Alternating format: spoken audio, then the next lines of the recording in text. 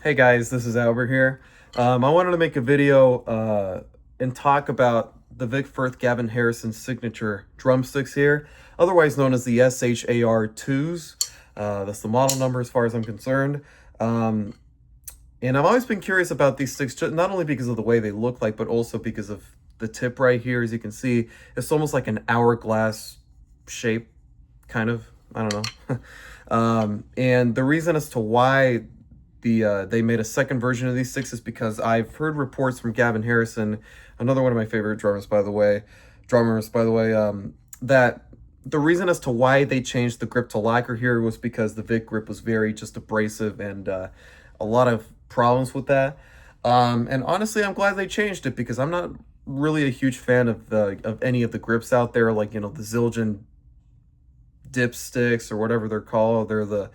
Or even the Firth Vic grip sticks. I've never really been too fond of those sticks, or even like the active grip sticks from ProMart, because I like my sticks to feel tacky, but not too tacky. And besides, I have really sensitive hands, so these sticks, they're really great in terms of wanting to have some finesse around the drum set. And the reason as to why I got them was because, I got so sick and tired of breaking so many sticks. And trust me, I'm a firm believer in the Todd Zuckerman SD330W sticks from ProMark, of course. They're close to 5B. And I love those sticks for that reason, because they're light. But then again, I can get a lot of power, but I broke a lot of those. So I got these only because I was really curious and I wanted, to save some money finally. But the thing I like about these is that although they're close to a 2B, you can get a lot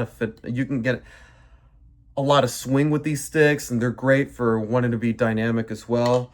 The taper right here is a little bit shorter than usual, which, I'm not a really big fan of, of having short tapers, because it just feels heavy for me.